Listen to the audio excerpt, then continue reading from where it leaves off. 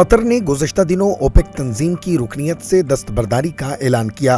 قطر کا کہنا ہے کہ وہ قدرتی گیس کی پیداوار پر توجہ مرکوز کرنا چاہتا ہے۔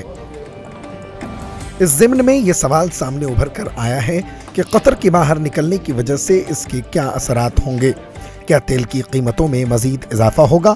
اس حوالے سے بین الاقوامی تجزیہ کاروں کا کہنا ہے کہ اس سے بین الاقوامی سطح پر تیل کی منڈی پر بہت کم فرق پڑے گا۔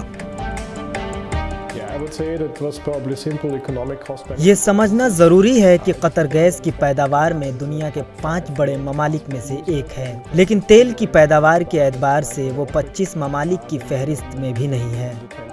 اس کا مطلب صاف ہے کہ وہ گیس اور اس کی پیداوار پر توجہ دینا چاہتے ہیں۔ قطر کا فیصلہ کوئی تشویش کی بات نہیں ہے۔ قطر کے اس فیصلے کے سیاسی اثرات کے حوالے سے ڈیوچ ویچ کا کہنا ہے کہ اس کے سیاسی اثرات سے انکار نہیں کیا جا سکتا۔ ان کا کہنا ہے کہ اوپیک سے قطر کا باہر نکلنا مشرق وسطی کے جغرافیائی سیاست میں اہم تبدیلی قرار دیا جا سکتا ہے۔ اوپیک کی جانب سے تیل کے اضافی پیداوار کے لیے کئی ٹارگیٹس ہوتے ہیں۔ اس کے علاوہ قیمتوں کے معاملے میں بھی سعودی عرب کا بڑا رول ہے۔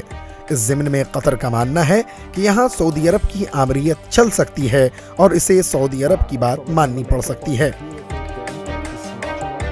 گزشتہ برس سعودی عرب، متحدہ عرب امارات، مصر اور بحرین نے قطر پر شدت پسندوں کو مالی تعاون کا الزام عائد کیا اور قطر سے تعلقات ختم کر دیا تھا۔ قطر نے اوپیک تنظیم کو سعودی عرب کی زیر تسلط سیاسی تنظیم قرار دیا۔ قطر پہلا خلیجی ملک ہے جس نے اوپیک سے نکلنے کا اعلان کیا۔ قطر 1961 میں اس تنظیم کے قیام کے 1 برس بعد اس میں شامل ہوا تھا۔ قطر کی جانب سے اوپیک تنظیم سے باہر نکلنے کا اعلان اس موقع پر کیا گیا جب تنظیم کا سالانہ اجلاس 6 دسمبر کو ہونے جا رہا ہے۔ Bureau report, ETV Bharat.